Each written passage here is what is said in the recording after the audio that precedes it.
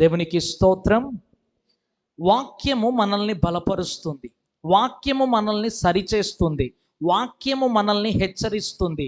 ఈ వాక్యాన్ని ఎవరైతే చదువుతారో, ఈ వాక్యములో ఉన్న విషయాలను ఎవరైతే వినడానికి తమ చెవుల్ని అప్పగిస్తారో, వాక్యమయున్న దేవుడు వారి జీవితాలను మార్చడానికి ఆయన సిద్ధంగా ఉన్నాడు. ఎందుకంటే చాలామంది అంటారు, ఏంటి ఆ నల్లటి పుస్తకాన్ని పట్టుకొని ప్రతి ఆదివారం చర్చికి వెళ్ళిపోతారు, ఆ నల్లటి పుస్తకాన్ని ఎందుకు అంతగా చదువుతారు అని చాలామంది అంటూ ఉంటారు. కానీ నేను చెబుతున్న మాట ఏంటంటే, ఈ పుస్తకం బైబిల్ నల్లగా ఉండొచ్చు, కానీ ఎవరైతే ఈ బైబిల్లో ఉన్న విషయాలను చదువుతారో, నల్లగా ఉన్న ఈ బైబిల్ వారి హృదయాలను తెల్లగా మారుస్తుంది. హల్లెలూయా.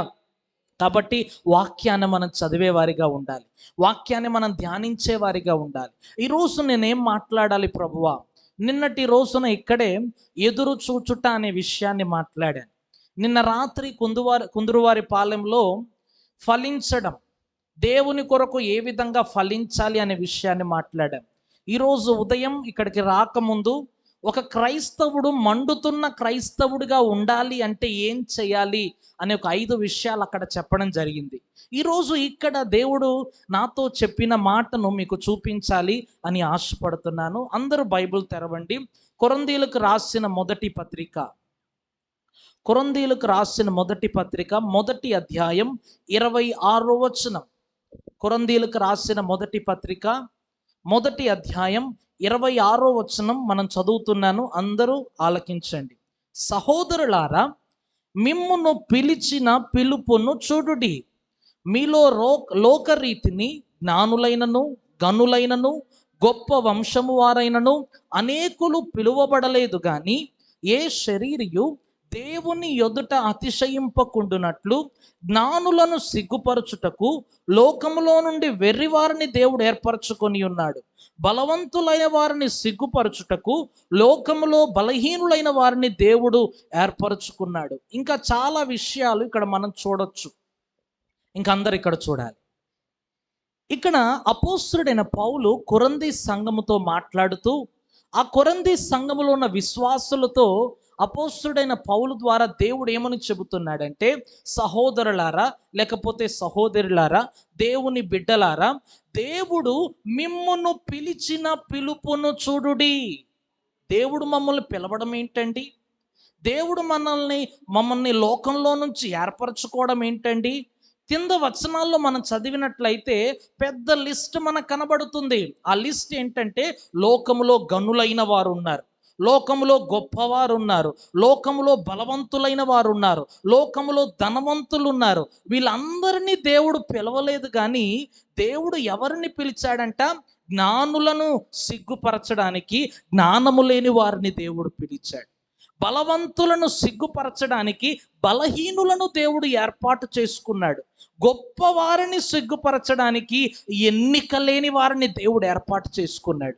ఈ రోజున నీవు దేవుని మందిరంలో కూర్చున్నావంటే, ఈ రోజున దేవుని మందిరంలో దేవుని వాక్యాన్ని వింటున్నావంటే, అది మన బలాన్ని బట్టి కాదు, మన జ్ఞానాన్ని బట్టి కాదు, మన యొక్క శక్తిని బట్టి కాదు, ఏదో మనము గొప్పవారమని కాదు. ఈ రోజున దేవుని మందిరంలో నీవు నేను ప్రభువుని ఆరాధన చేస్తున్నామంటే అది దేవుని కృప మాత్రమే. దేవుని కృప అన్నవాడు 2 చేతులు పైకెత్తి దేవునికి స్తోత్రం చెల్లిద్దాం. స్తోత్రం, హల్లెలూయా. కాబట్టి దేవుడు ఈరోజు మనతో మాట్లాడాలనుకున్న మాట ఏంటంటే, దేవుడు ఎందుకు మనల్ని పిలిచాడు? దేవుడు మనల్ని పిలిచాడు. ఎందుకు పిలిచాడు? ఎక్కడి నుండి పిలిచాడు దేవుడు? అబ్రహాము ఒకానొక సమయములో తన పితరుడైన తన తండ్రి కలిసి విగ్రహాలను ఆరాధిస్తూ, విగ్రహాలను తయారు చేస్తూ, వాటిని పూజిస్తున్న సమయంలో దేవుడు అబ్రహామును పిలవడం జరిగింది. అబ్రహామా, నీవు లేచి నీవు నీ తండ్రి ఇంటిని, నీ పరిస్థితులను, సమస్తాన్ని విడిచి నేను నీకు చూపించే దేశానికి నీవు వెళ్ళిపో అని దేవుడు పిలవడం ప్రారంభించాడు. దేవుడు అబ్రహామును పిలిచినప్పుడు అబ్రహాము దేవుని మాటకు లోబడ్డాడా లేదా? లోబడ్డాడు. వెంటనే దేవుని మాట విని దేవుడు విడిచిపెట్టమన్న వాటన్నిటిని విడిచిపెట్టేసి దేవుడు ఏ ప్రాంతాన్ని అయితే చూపించాడో ఆ ప్రాంతానికి వెళ్ళిపోవడానికి ప్రభు సహాయం చేశాడు. ఒకప్పుడు మనము కూడా అంధకారంలో ఉన్నాం, ఒకప్పుడు మనము కూడా చీకటిలో జీవిస్తున్నాం, ఒకప్పుడు మనము కూడా రోగములతో నిజ దేవుడు ఎవరో తెలియక ఎంతో ప్రాంతాలకు వెళ్ళి, ఎన్నో తీర్థయాత్రలకు వెళ్ళి, కొండలకు, మొక్కలకు, గుట్టలకు, పుట్టలకు మొక్కిన వారమే కదా. నేను కూడా హిందూ కుటుంబంలో నుంచి రక్షించబడిన వ్యక్తిని.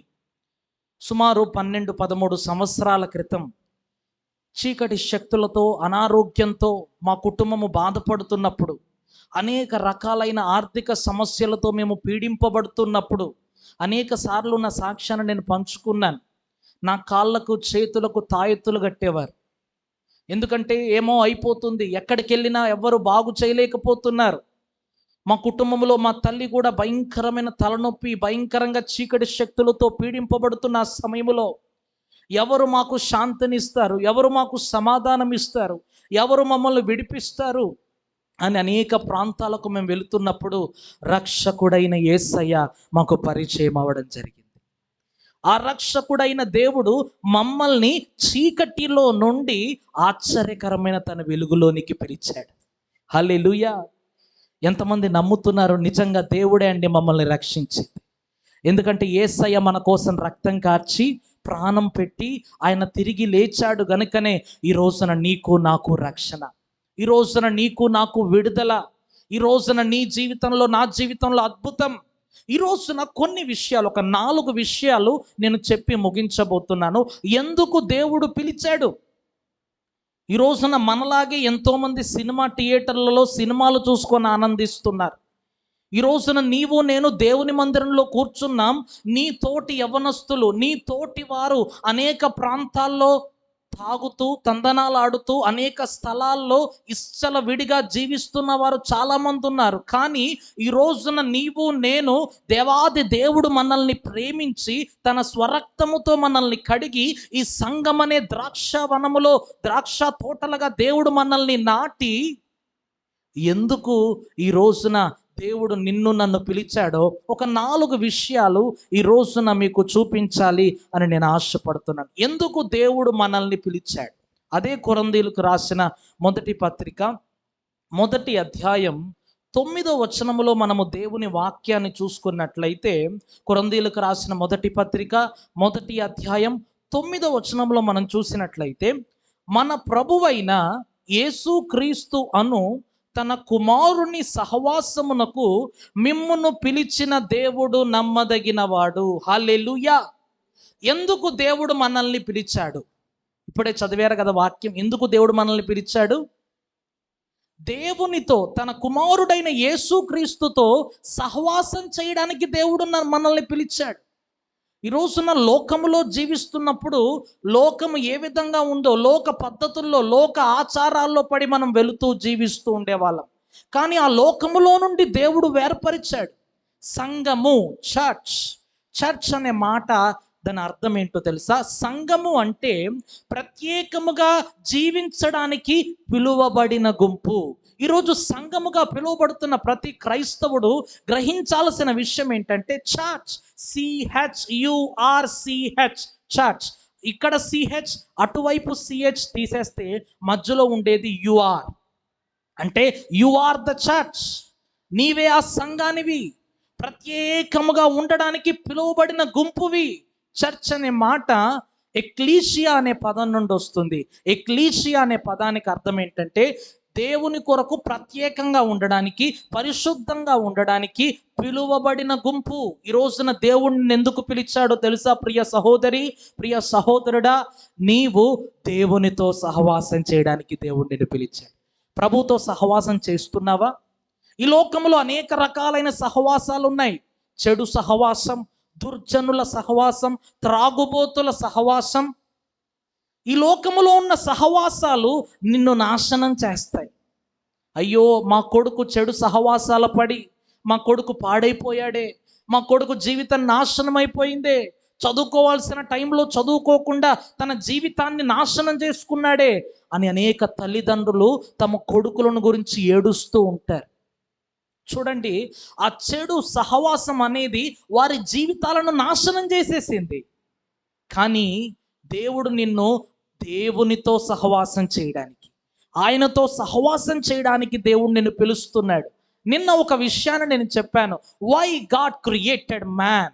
దేవుడు ఎందుకు మనిషిని సృష్టించాడు అంటే 2 ఉద్దేశాలు ఉన్నాయి. మొదటి ఉద్దేశం to have fellowship with him, అంటే ఆయనతో సహవాసం చేయడానికి దేవుడు మనిషిని పిలిచాడు. ఎందుకు దేవుడు మనిషిని సృష్టించాడు? రెండవ ఉద్దేశం ఏంటంటే ఆయనను ఆరాధన చేయడానికి. కాబట్టి దేవుడు నిన్ను ఆయనతో సహవాసం చేయడానికి పిలిచాడు.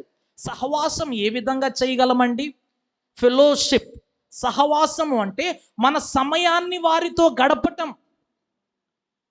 ఆదామును దేవుడు సృష్టించినప్పుడు ప్రతి చల్లపూట వచ్చి, ఆదామా ఎక్కడున్నావు, ఆదామా అంటే దేవునికి ఒక మనిషికి అంత అన్యోన్య సహవాసాన్ని దేవుడు ఇచ్చాడు. యేసుక్రీస్తు ప్రభువులో ఈ లోకంలో ఉన్న వారిలో విశేషత ఏంటో తెలుసా?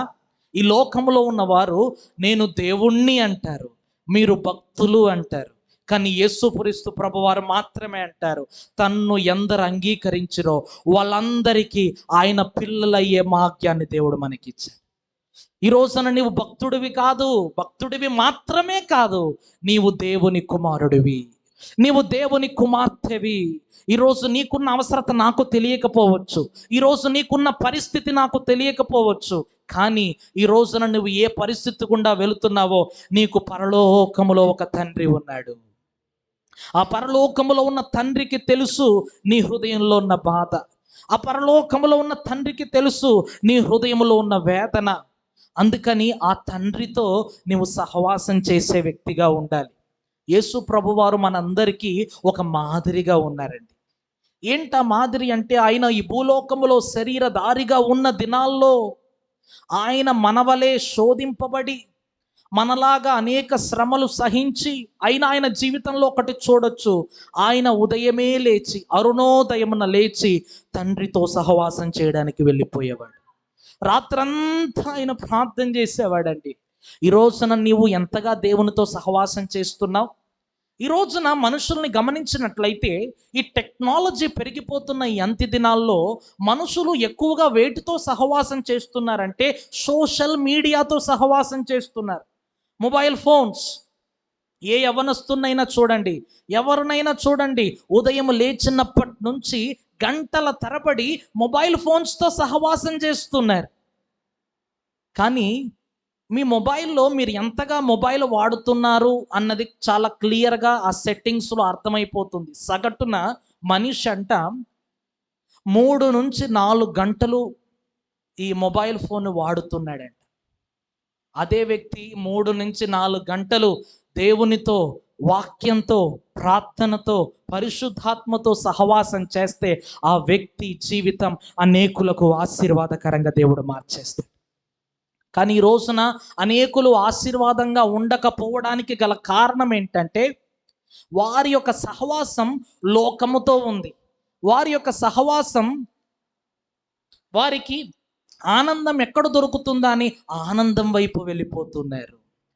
దగదగమని మెరిసేటి నీ నిత్య రాజ్యములో నీతోనే కలకాలం కలిసిమెలసి ఉండాలని.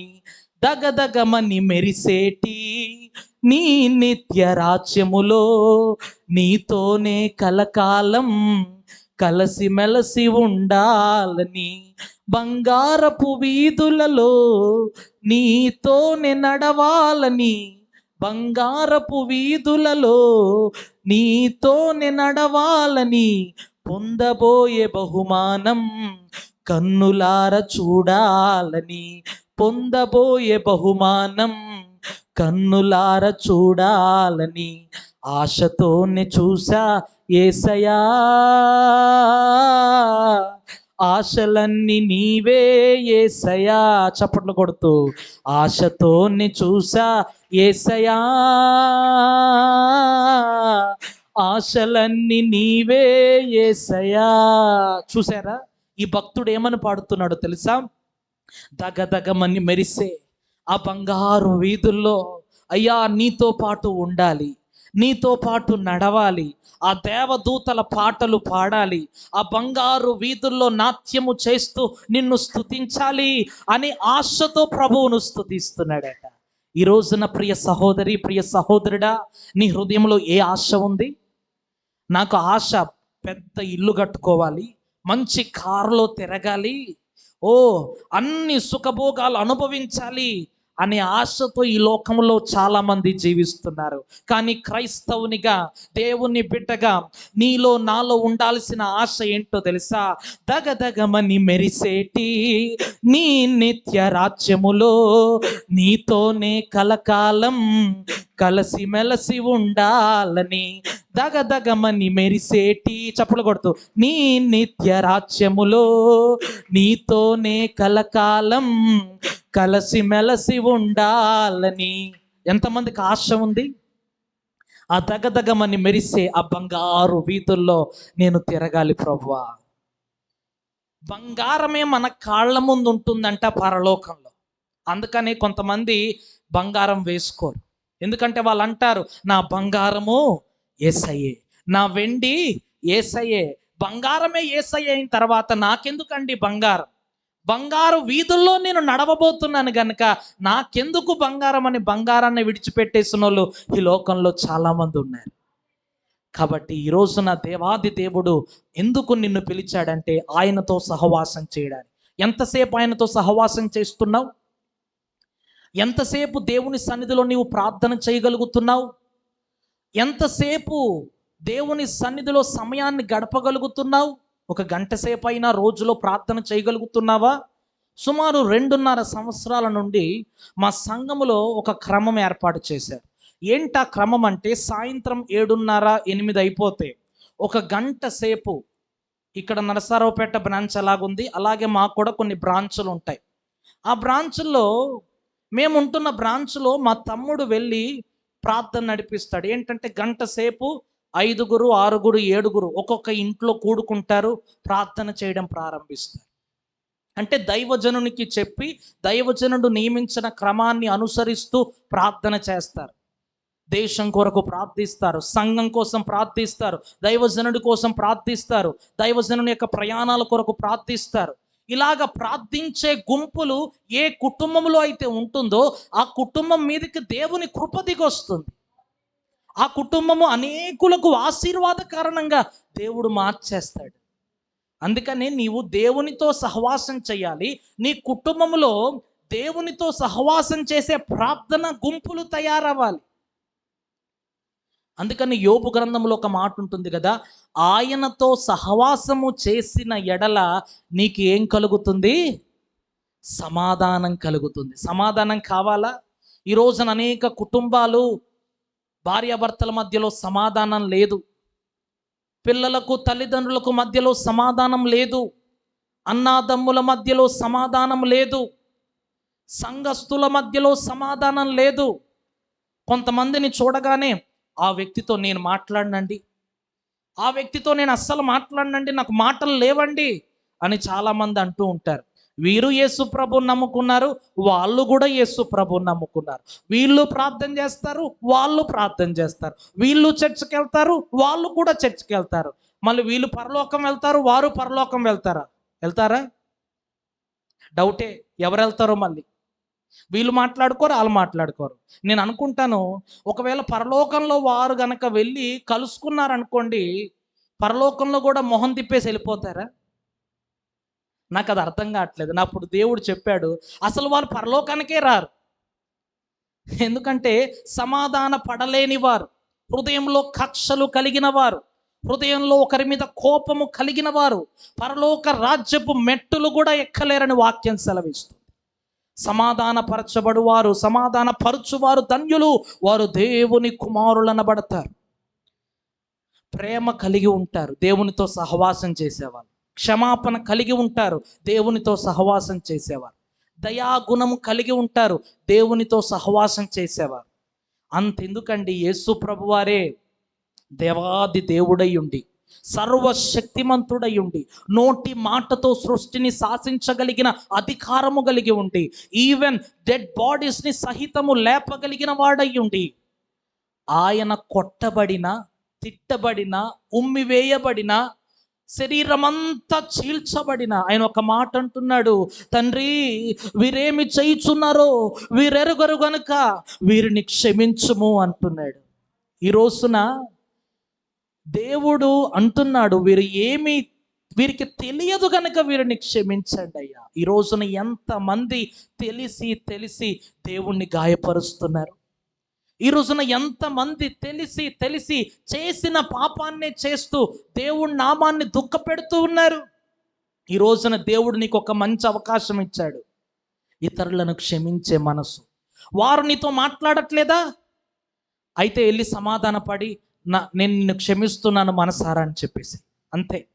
ఎందుకంటే నీకు దేవునికి మధ్యలో ఏది అడ్డు రావద్దు.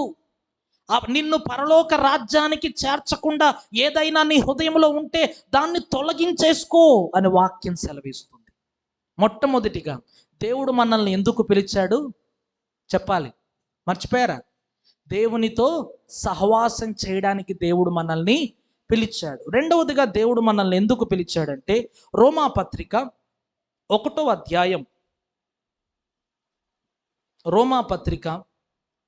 అధ్యాయం 5వ వచనంలో మనము పైనుంచి మనం చదివినట్లయితే అక్కడ ఒక మాట ఉంటుంది, దేవుని ప్రియులందరికీ అనగా పరిశుద్ధులుగా ఉండుటకు పిలువబడిన వారందరికీ. హల్లెలూయా. దేవుడు ఎందుకు మనల్ని పిలిచాడంట? రెండవదిగా పరిశుద్ధులుగా ఉండడానికి. అందరూ చెప్పాలి, దేవుడు పరిశుద్ధులుగా ఉండడానికి మనల్ని పిలిచాడు. కాబట్టి పరిశుద్ధులుగా ఉండడానికి దేవుడు నిన్ను నన్ను పిలిచాడు.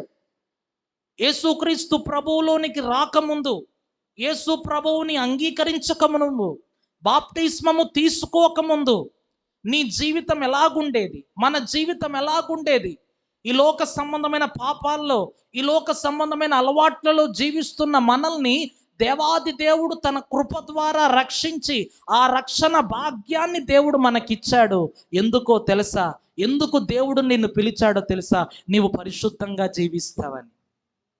నీలో ఆ పరిశుద్ధత కలిగి అనేకులకు ఆశీర్వాదకరంగా నీవు బ్రతుకుతావని. అందుకే దేవుడు మనల్ని పిలిచాడు. అందుకని బైబిల్ కూడా ఒక పేరుంది, పరిశుద్ధ గ్రంథం. ఈ పరిశుద్ధ గ్రంథం అనే పేరు ఎలాగొచ్చిందంటే, చాలామంది అనుకున్నారంట, బైబిల్ పండితులు బైబిల్ని అన్ని భాగాలను ఒకవైపుకు తెరిచిన వారు అనుకున్నారంట, బైబిల్కి ఒక పేరు పెడితే బాగుంటుంది. కొంతమంది అన్నారంట, సత్యానికి మార్గం అని పెట్టండి, లేకపోతే సత్యవేద గ్రంథం అని పెట్టండి, లేకపోతే మోక్షానికి మార్గం అని పెట్టండి.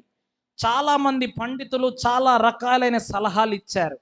కానీ ఒకటే ఒక పేరు వచ్చింది గ్రంథానికి, అది పరిశుద్ధ గ్రంథం. ఎందుకంటే దేవుడికి చాలా ఇష్టమైంది ఉంది, అది ఏంటంటే పరిశుద్ధత. అందుకని యేసు ప్రభువారే ఈ లోకానికి ఒక సవాలు విసురుతున్నాడు, నాలో పాపం ఉన్నదని ఎవరైనా రుజువు చేయగలరా? అంటే మన దేవునిలో పాపము లేదు. కామ క్రోధ లోభ మోహ మద మత్సర్యాలు లేకుండా ఈ లోకములో జీవించి బ్రతికి మానవ జాతికి సవాలు చేసిన ఏకైక దేవుడు నజరేయుడైన యేసుక్రీస్తు ప్రభువారు మాత్రమే. ఆయన నీతో చెబుతున్న మాట, ప్రియ కుమారుడా, ప్రియ కుమార్తె, పేతురు రాసిన పత్రిక 1వ అధ్యాయం 14వ వచనం ప్రకారంగా, 1 పేతురు 1వ అధ్యాయం 14వ వచనం ప్రకారముగా, నేను పరిశుద్ధుడనయ్యున్నలాగున మీరును పరిశుద్ధులయ్యుండుడి. ఎస్, దేవుడు పరిశుద్ధుడు, నీ తండ్రి పరిశుద్ధుడు. ఈ లోకంలో ఒక తండ్రిని చూడండి, తల్లిదండ్రులు ఏమనుకుంటారంటే, నా పిల్లలు నాకంటే గొప్పవారిగా ఉండాలి అని కోరుకుంటారు. అవునా కాదా? తల్లిదండ్రులు అందరూ కోరుకుంటారు, నా పిల్లలు నాకంటే మంచిగా చదువుకోవాలి, నాకంటే ఉన్నతమైన జాబ్ చేయాలి, నాకంటే ఉన్నతమైన స్థానంలోకి వెళ్ళాలి అని ప్రతి తల్లి ప్రతి తండ్రి కోరుకుంటాడు.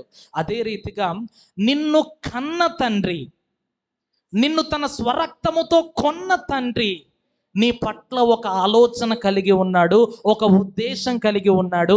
ఏంటా ఉద్దేశం, ఏంటా ఆలోచన తెలుసా? నిన్ను కన్న తండ్రి, నిన్ను కొన్న తండ్రి, నిన్ను రక్షించుకున్న తండ్రి, నిన్ను ప్రత్యేకించుకున్న తండ్రి పరిశుద్ధుడు గనుక నీవు కూడా నీ ఆలోచనల్లో, నీ మాటల్లో, నీ చూపుల్లో, నీ క్రియల్లో, నీ నడవడికలో పరిశుద్ధత కలిగి బ్రతకాలి, పరిశుద్ధత కలిగి జీవించాలి. ఒక క్రైస్తవుడిగా నీకు ఉండాల్సిన గురి ఏంటో తెలుసా?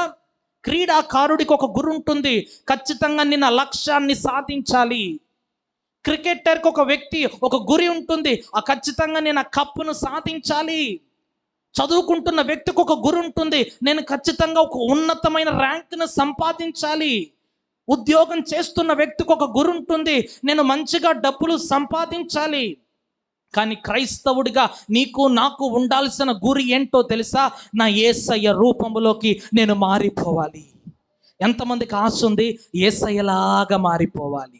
నీలాగే బ్రతికి నీ చిత్తం నెరవేర్చి నీ దరికి చేరాలని, నీలాగే బ్రతికి నీ చిత్తం నెరవేర్చి నీ దరికి చేరాలని, తీరునా నా కోరిక చేరితి ప్రభుని పాదాల చెంత, జీవితంలో నీలా ఉండాలని యేసు నాలో ఎంతో ఆశున్నది.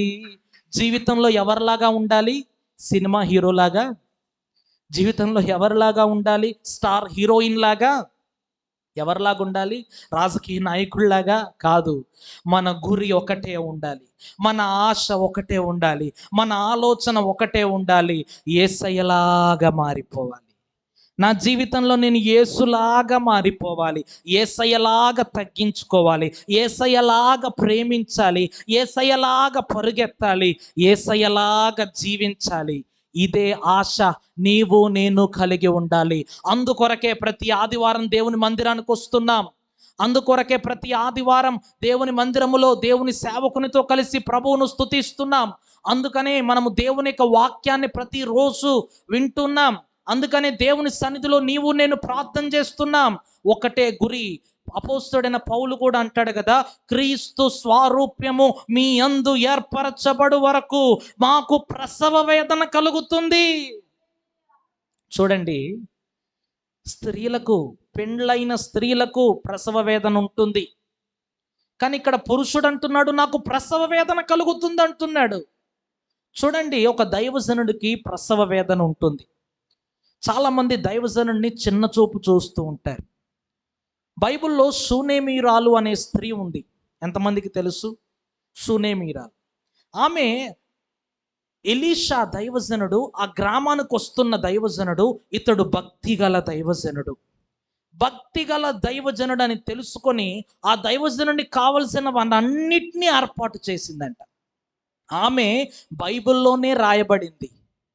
చూడండి, ఈ రోజున ప్రభు చెబుతున్న మాట, దైవజనుడిని దేవుడు మనకు అప్పగించినప్పుడు ఆ దైవజనుని ద్వారా మనల్ని ఆశీర్వాదంలోనికి దేవుడు నడిపించాలి అని ఆశపడుతున్నాడు. కాబట్టి ఈ రోజున నీ గురి పరిశుద్ధంగా ఉండాలి. నా కళ్ళతో నేను పాపము చేయొద్దు, నా చేతులతో నేను పాపము చేయొద్దు, నా మాటలతో నేను పాపము చేయొద్దు, నా నడవడికతో నేను పాపము చేయొద్దు. ఆది కాండంలోనే దేవుడు అంటున్నాడు, అయ్యో నేను మనుషులను ఎందుకు కలగజేశాను, వారి దృష్టి, వారి ఆలోచన అంతా చెడుతనంతో నిండిపోయిందంట. ఆది కాండంలోనే నిండిపోతే ఈ కాలంలో ఇంకెంతగా నిండిపోతుందండి. మనిషి చూపుల్లో పడిపోతున్నాడు ఈ అంత్య దినాల్లో. నీ కన్ను విషయంలో నువ్వు చాలా జాగ్రత్తగా ఉండాలి. నీ కన్ను చెడిపోతే నీ దేహమంతా చీకటిమయంగా మారిపోతుంది. కాబట్టి ఈ రోజున దేవుడు మనకిస్తున్న ఆ మాట, దేవుడు నిన్ను ఎందుకు పిలిచాడో తెలుసా? పరిశుద్ధంగా ఉండడానికి పిలిచాడు. ప్రతిరోజు ఒకటే ప్రార్థన, అయ్యా నేను పరిశుద్ధంగా బ్రతకాలయ్యా, నా మాటల్లో పాపం ఉండొద్దు, అవునంటే అవును, కాదంటే కాదు, నా మాటలో స్థిరత్వం ఉండాలయ్యా, నా చూపుల్లో పాపం ఉండొద్దయ్యా.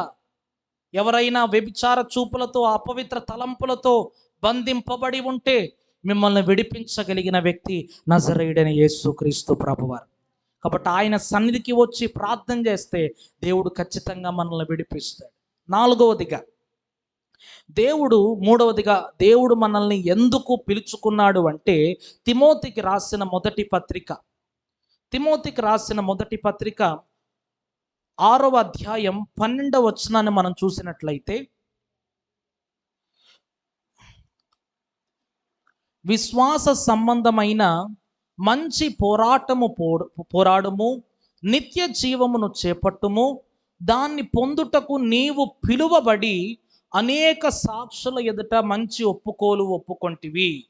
ఈ మాటను బట్టి మనకేమర్థమవుతుందంటే, దేవుడు మనల్ని ఎందుకు పిలిచాడంటే, విశ్వాస సంబంధమైన మంచి పోరాడి నిత్య జీవాన్ని పొందుకోవడం కోసం.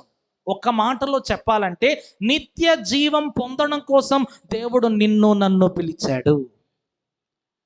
మెర్లిన్ మున్రో అనే ప్రపంచ నటి, మంచి సుందరవతి, అనేక సినిమాల్లో నటిస్తున్న సౌందర్యవతి మెర్లిన్ మున్రో.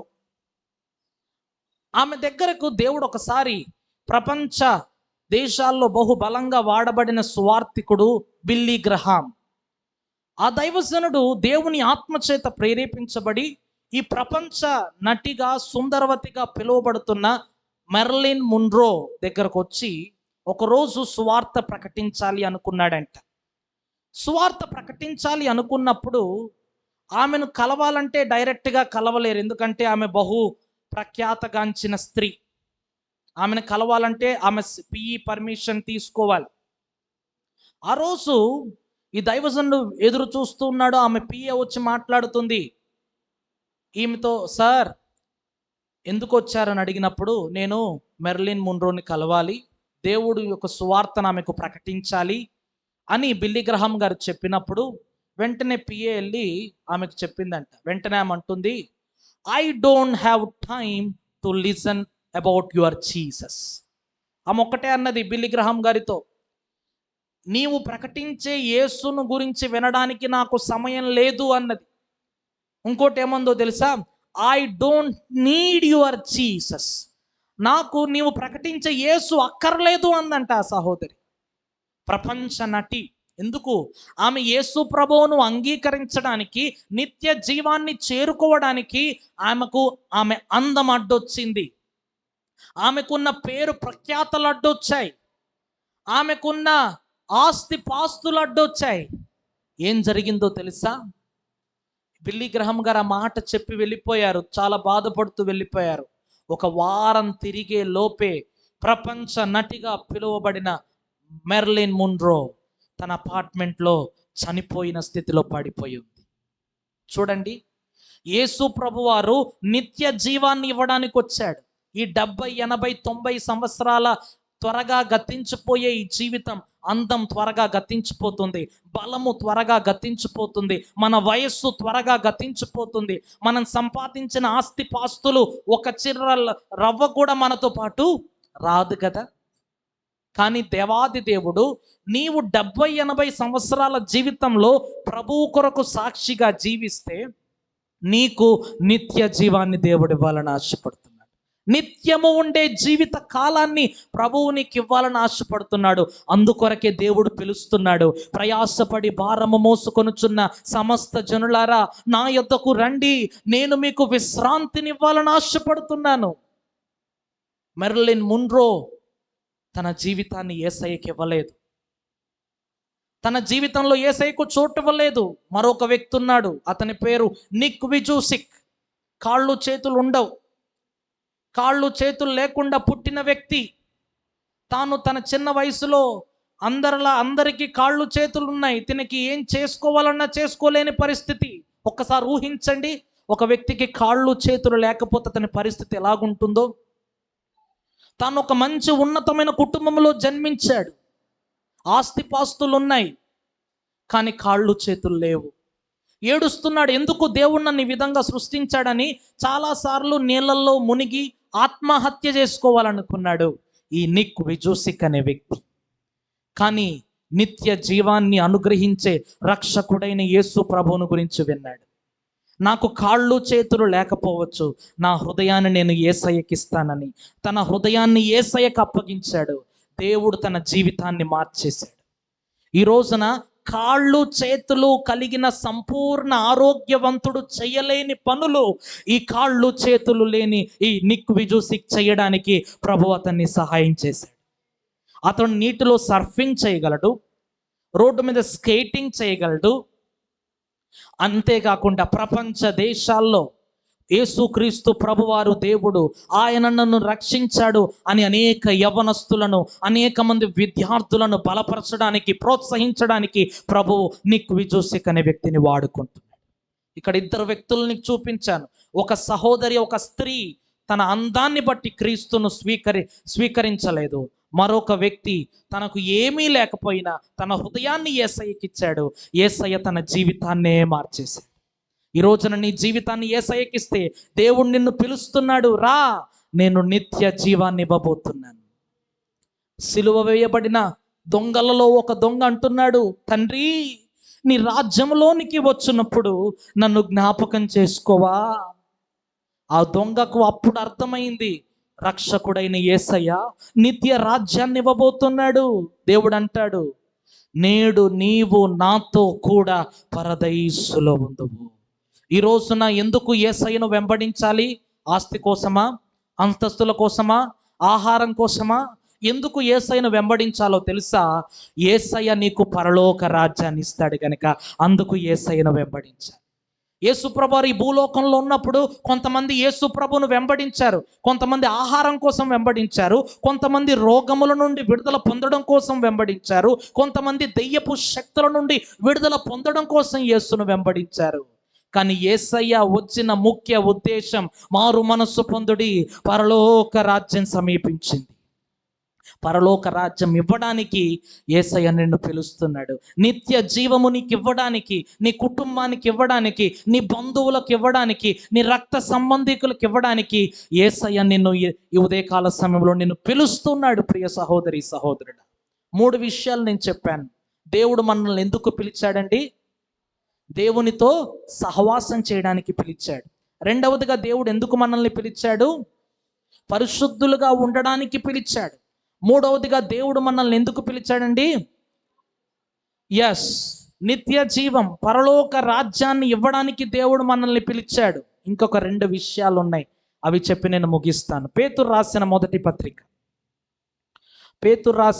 పత్రిక 2వ అధ్యాయం 9వ వచనం. పేతురు రాసిన మొదటి పత్రిక 2వ అధ్యాయం 9వ వచనం. అయితే మీరు చీకటిలో నుండి ఆశ్చర్యకరమైన తన వెలుగులోనికి మిమ్మును పిలిచిన వాని గుణాతిశయములను ప్రచురము చేయు నిమిత్తము ఏర్పరచబడిన వంశమును, రాజులైన యాజక సమూహమును, పరిశుద్ధ జనమును, దేవుని సొత్తైన ప్రజలనై ఉన్నారు. దేవునికి స్తోత్రం కలుగునుగాక. ఇక్కడ 2 విషయాలు కనబడుతున్నాయి. దేవుడు చీకటిలో నుండి ఆశ్చర్యకరమైన వెలుగులోనికి మనల్ని పిలిచాడు. పిలిచిన వాని గుణాతిశయములను, అంటే ఒక్క మాటలో చెప్పాలంటే దేవుని యొక్క గుణ లక్షణాలను ప్రచురం చేయడానికి దేవుడు నిన్ను నన్ను పిలుచుకున్నాడు. ఎవరైనా చెప్తారా యేసు ప్రభువులో ఉండే గుణ లక్షణాలు ఏంటి? ఒకటి కూడా లేదా? ఆయనలో మంచితనం ఉందా? ఆయనలో ప్రేమించే స్వభావం ఉందా? ఆయనలో క్షమించే స్వభావం ఉందా? ఆయనలో పరిశుద్ధత ఉందా? ఇన్ని మంచి లక్షణాలు కలిగిన దేవుడు ఆయన గుణాతిశయములను ప్రచారం చేయడానికి దేవుడు నిన్ను నన్ను పిలుచుకున్నాడు. ప్రియ సహోదరి, సహోదరుడా, దేవుణ్ణి జీవితంలో మేలులు చేశాడు కదా, దేవుణ్ణి జీవితంలో అద్భుతాలు చేశాడు కదా, ఆ సువార్తను ప్రకటించడానికి దేవుడు నిన్ను పిలిచాడు. దేవుడు ప్రేమామయుడు అని వింటున్నావు, దేవుడు ప్రేమామయుడు అని గ్రహించావు. ఆ ప్రేమను ఇతరులకు పంచగలుగుతున్నావా? నేను ఎప్పుడు ఈ ఉదాహరణను చాలా సందర్భాల్లో చెప్పాను. ఈ ఒక్క ఉదాహరణ వింటే మనకు అర్థమవుతుంది దేవుని ప్రేమ ఎలా చూపించాలి. ఒకానొక సమయంలో ఒక రైల్వే స్టేషన్ ప్లాట్ఫామ్ మీద ఒక వ్యక్తి యాపిల్స్ అమ్ముకుంటున్నాడంట. కాళ్ళు చేతులు సరిగ్గా లేని వ్యక్తి యాపిల్స్ అమ్ముకుంటూ ఉన్నాడు. ఆ రైల్వే స్టేషన్ ప్లాట్ఫామ్ మీద ఒక ట్రైన్ వస్తూ ఉంది. ట్రైన్ వస్తున్నప్పుడు ట్రైన్ కోసం అందరూ సిద్ధపడి, ట్రైన్ రాగానే తమ సీట్లు ఎక్కడ పోతాయని త్వరగా వెళ్ళి ఆ హడావుడిలో ఈ యాపిల్స్ అమ్ముకునే వ్యక్తి ఆ టేబుల్ని తోసేశారంట. తోసేసినప్పుడు వెంటనే యాపిల్స్ అన్ని కింద పడిపోయాయి. ఆ వ్యక్తి, కాళ్ళు చేతులు సరిగ్గా లేని వ్యక్తి, అవి తీసుకోవడానికి ప్రయత్నిస్తున్నాడు. ఆ యాపిల్స్ని అందరూ తొక్కేస్తున్నారు. ఆ తొక్కిసలాటలో ఏం చేయాలో అర్థం కావట్లేదు. దూరం నుండి ఈ సన్నివేశాన్ని గమనిస్తున్న ఒక వ్యక్తి వచ్చాడంట. పరుగున వచ్చాడు. ఆ యాపిల్స్ అన్ని తొక్కేస్తున్నారు. ఆ యాపిల్స్ అన్నిటిని తీసి పక్కన పెట్టి, ఈ వ్యక్తిని కూడా ఒక పక్కన కూర్చోబెట్టి యాపిల్స్ అన్నిటిని అప్పగించాడు. ఈ తొక్కిసలాటలో తన చేతులు కూడా గాయపరచబడ్డాయి. అయినా లెక్క చేయకుండా ఈ వ్యక్తికి సహాయం చేశాడు. సహాయం పొందుకున్న వ్యక్తి సహాయం చేసిన వ్యక్తితో అంటున్నాడు, అయ్యా మీరు యేసు ప్రభువారా అంటున్నాడు. ఆయన అంటున్నాడు, నేను చిన్న వయసులో ఉన్నప్పుడు విన్నాను, ఆపదలో ఉన్న వారికి యేసయ్య సహాయం చేస్తాడంట. నిస్సహాయ స్థితిలో ఉన్న వారికి యేసయ్య సహాయం చేస్తాడంట. ఆ యేసు ప్రభువారు మీరేనా అని అడిగితే ఆ సహాయం చేసిన వ్యక్తి అంటున్నాడంట, నేను యేసు ప్రభువును కాదు కానీ యేసు ప్రభువును వెంబడిస్తున్న ఆయన యొక్క కుమారుణ్ణి అని చెప్పాడంట. ఈ రోజున వాక్యం సెలవిస్తుంది, యేసు ప్రభువును ఎందరు అంగీకరించారో వాళ్ళందరూ ఆయన కుమారులుగా కుమార్తెలుగా మార్చబడ్డారు. ఆయన కుమారుడిగా కుమార్తెగా పిలువబడుతున్న నీవు ఎవరైనా నిన్ను చూసి అన్నారా, yes I can see Jesus in him, నేను ఈమెలో ఇతనిలో యేసు ప్రభువును చూడగలుగుతున్నాను, యేసు ప్రభు ప్రేమను చూడగలుగుతున్నాను, యేసు ప్రభువులో ఉన్న తగ్గింపును చూడగలుగుతున్నాను, యేసు ప్రభువులో ఉన్న క్షమా గుణాన్ని చూడగలుగుతున్నాను, యేసు ప్రభువులో ఉన్న ఆ సహాయం చేసే తత్వాన్ని నేను ఈమెలో ఇతనిలో చూడగలుగుతున్నాను అని ఎవరైనా నిన్ను గూర్చి అనకపోయినట్లయితే నీలో ఇంకా క్రీస్తు కనబడట్లేదు అని అర్థం. ప్రియ సహోదరి సహోదరుడా, దేవుడు నిన్ను ఎందుకు పిలిచాడో తెలుసా? దేవాది దేవుని యొక్క గుణ లక్షణాలైన ప్రేమ, సమాధానం, సంతోషం, దీర్ఘశాంతం, దయాళుత్వం, మంచితనం, విశ్వాసం, సాత్వికం, ఈ లక్షణాలన్నిటినీ లోకములో ఉన్న వ్యక్తులకు చూపించాలి. నీవు చేయగలిగిన సహాయాన్ని నీవు చేయాలి అని దేవుడు నిన్ను నన్ను పిలిచాడు. ఎంతమంది సువార్తను ప్రకటిస్తారు, యేసు ప్రభు గుణ లక్షణాలను ప్రకటిస్తారు? చాలామంది అంటారు సువార్త ప్రకటించడానికి ఎన్నో ఆటంకాలు కలుగుతున్నాయండి. మన భారతదేశంలో కూడా సువార్త ప్రకటించడానికి ఎన్నో ఆటంకాలు కలుగుతున్నాయి. నార్త్ ఇండియా ప్రాంతంలో ఒక దైవజనుడు ఒక మాట చెప్పాడు, ఆ మాట నా హృదయాన్ని తాకింది. ఏంటి ఆ మాట అంటే, people may stop you to preach the gospel, but people can not stop you to live the gospel. Hallelujah. ఈ మాట మీకు అర్థం అవ్వలేదు అనుకుంటే మరలా చెబుతాను. లోకంలో ఉన్న మనుషులు సువార్త ప్రకటించకుండా నిన్ను ఆపవచ్చేమో, కానీ నీవు సువార్త ప్రకారంగా జీవించకుండా నిన్ను ఎవ్వరూ ఆపలేరు. ఈ లోకంలో ఉన్న మనుషులకు నువ్వు యేసు ప్రభువును చెబితే, యేసు ప్రభు మాకొద్దు, మాకు చెప్పొద్దు అంటారేమో, కానీ యేసయ్య ప్రేమను చూపిస్తే ఎవరైనా ఆపేస్తారా? యేసయ్యలో ఉన్న క్షమ గుణాన్ని చూపిస్తే ఎవరైనా ఆపేస్తారా? People may stop you to preach the gospel, but no one can stop you to live like gospel. Hallelujah. కాబట్టి సువార్త ప్రకటించే వ్యక్తిగా నీవు నేను ఉండాలి అని దేవాది దేవుడు కోరుకుంటూ ఉన్నాడు. 5వ విషయం చెబుతాను. దేవుడు ఎందుకు మనల్ని పిలిచాడు అంటే, ఆశీర్వాదమునకు కారణముగా ఉండడానికి దేవుడు పిలిచాడు. అందరూ చెప్పాలి, ఆశీర్వాదానికి కారణముగా ఉండడానికి మనల్ని దేవుడు పిలిచాడు. ఈ రోజుల్లో మనం ఎక్కడ చూసినా అందరూ ఒకటే ప్రార్థన చేస్తారు, నేను ఆశీర్వదింపబడాలి, నేను దీవింపబడాలి, యేసయ్య మా కుటుంబాన్ని దీవించు, మా వ్యాపారాన్ని దీవించు, మా బిడ్డలను దీవించు.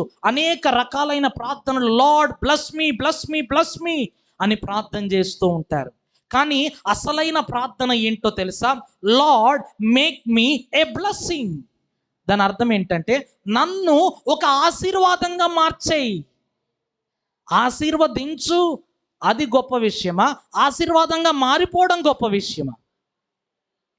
ఆశీర్వాదంగా మారిపోవడమే గొప్ప విషయం. దేవుడు నిన్ను నన్ను ఎందుకు పిలిచాడో తెలుసా? అనేకులకు ఆశీర్వాద కారణంగా ఉండడానికి. ఈ రోజున నీ జీవితాన్ని యేసయ్య చేతుల్లో పెడితే నీవు అనేకులకు ఆశీర్వాద కారణంగా మారిపోతావు. అనేక జీవితాలకు ఆశీర్వాద కారణంగా మారిపోతావు. యోసేపును చూడండి. యోసేపు దేశాలను, అనేకులను ఆశీర్వాద కారణంగా దేవుడు యోసేపును మార్చేశాడు. మా తల్లిదండ్రులు చిన్న వయసులో నన్ను యేసయ్య సేవకు సమర్పించారు. యేసు ప్రభు వారి సేవకు సమర్పించినప్పుడు మా తల్లిదండ్రులు నా ద్వారా ఏది ఆశించలేదు, కానీ మా కొడుకు దేవునిలో ఎదిగితే, భయభక్తులు కలిగి ఎదిగితే అనేకులకు ఆశీర్వాదంగా దేవుడు వాడుకుంటాడు అని మా తల్లిదండ్రులు గ్రహించారు. గనుక దేవుడు నన్ను ఏం చేశాడో తెలుసా? భారతదేశంలోనికి అనేక రాష్ట్రాలకు తీసుకుని వెళుతున్నాడు. కన్యాకుమారి తీసుకెళ్ళాడు, ఒడిస్సా ప్రాంతానికి తీసుకెళ్ళాడు, అలాగే నార్త్ ఇండియాలో ఢిల్లీ, చండీగఢ్, పంజాబ్, కేరళ, తమిళనాడు, ఆంధ్ర, తెలంగాణలో పలు రాష్ట్రాలకు, నేపాల్ దేశానికి ప్రభు తీసుకెళ్ళాడు. అక్కడ అనేకులు విడుదల పొందడానికి, అనేకులు స్వస్థత పొందడానికి, అనేకులు ఆశీర్వదింపబడ్డానికి ఒక కారణంగా దేవుడు నన్ను మార్చాడు. ఈ రోజున దేవుని యొక్క ఆశ, ఈ రోజున సంఘంలో కూర్చున్న ప్రతి వ్యక్తి కూడా నీవు ఆశీర్వదింపబడడం మాత్రమే కాదు, నీవు ఆస్తిని సమకూర్చుకోవడం మాత్రమే కాదు, నీవు నీ కుటుంబము అనేకులకు ఆశీర్వాదంగా మారిపోవాలి. అనేకులు నీ రెక్కల నీడలో విశ్రాంతి పొందాలి. అనేకులు నీ ద్వారా పోషించబడాలి. అనేకులు నీ ద్వారా రక్షణలోనికి రావాలి.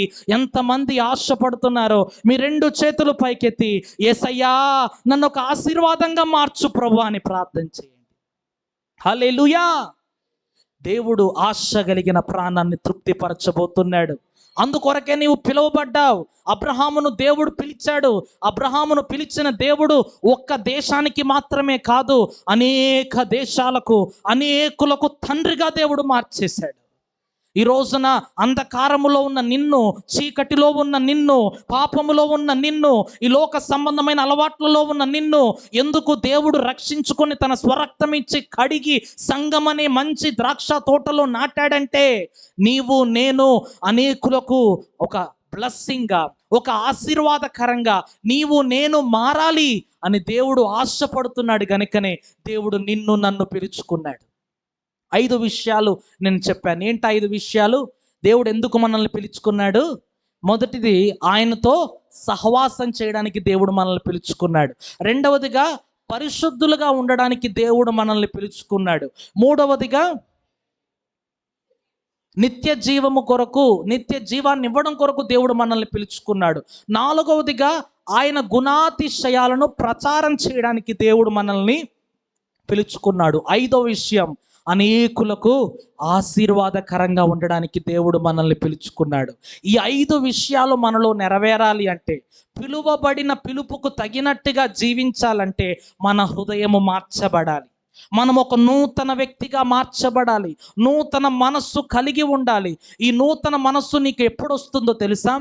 ఒక్క మాట మనం అందరము చదువుదాం. ఈ ఒక్క మాట నేను చెప్పి నేను ముగించబోతున్నాను. సమూయేలు గ్రంథం మొదటి సమూయేలు గ్రంథం 10వ అధ్యాయం. మొదటి సమూయేలు గ్రంథం 10వ అధ్యాయం 6వ వచనం. అందరూ కలిసి చదవాలి ఈ మాట. మొదటి సమూయేలు 10వ అధ్యాయం 6వ వచనం. యెహోవా ఆత్మ నీ మీదికి బలముగా దిగివచ్చును, నీవు వారితో ప్రకటన చేయచుండగా నీకు క్రొత్త మనస్సు వచ్చును. హల్లెలూయా. ఎంతమందికి క్రొత్త మనసు కావాలి? ఎంతమంది జీవితాలు మారిపోవాలనుకుంటున్నారు? ఇంగ్లీష్లో ఒక అద్భుతంగా ఉంటుంది ఏంటంటే, you will become a different person. నీవు ఒక ప్రత్యేకమైన వ్యక్తిగా మారిపోతావు. అందరికీ ఆశ ఉంది, నేను ఒక ప్రత్యేకమైన వ్యక్తిగా మారాలి, నాకు ఒక క్రొత్త మనస్సు కావాలి, నేను ఈ లోక సంబంధమైన వ్యక్తిగా కాకుండా దేవుని కొరకు ఆశీర్వాదంగా ఉండాలి. దేవుడు నన్ను ఎందుకు పిలిచాడో ఆ పిలుపుకు తగినట్టుగా నీవు నేను బ్రతకాలి అనే ఆశ నీకు నాకు ఉన్నట్లయితే, దేవుడు చెబుతున్న మాట, యెహోవా ఆత్మ నీ మీదకి బలముగా దిగి రావాలి.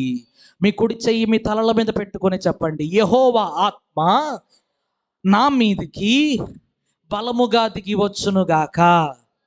యెహోవా ఆత్మ నా మీదికి బలముగా దిగి వచ్చునుగాక. ఈ రోజున దేవుని ఆత్మ బలముగా నీ మీదకి దిగి వస్తే నీ మనస్సు నూతన పరచబడుతుంది. దేవుడు అంటున్నాడు, నూతన హృదయము మీకు ఇచ్చేదను, మాంసపు గుండెను మీకు ఇచ్చేదను, కట్టిన హృదయాన్ని మీలో నుండి తీసివేసేదని అన్నాడు. నా ఆత్మను మీ అందుంచి నా ఆజ్ఞలను గైకొను వారిగా, నా కట్టడలను అనుసరించు వారిగా నేను తయారు చేస్తానంటున్నాడు.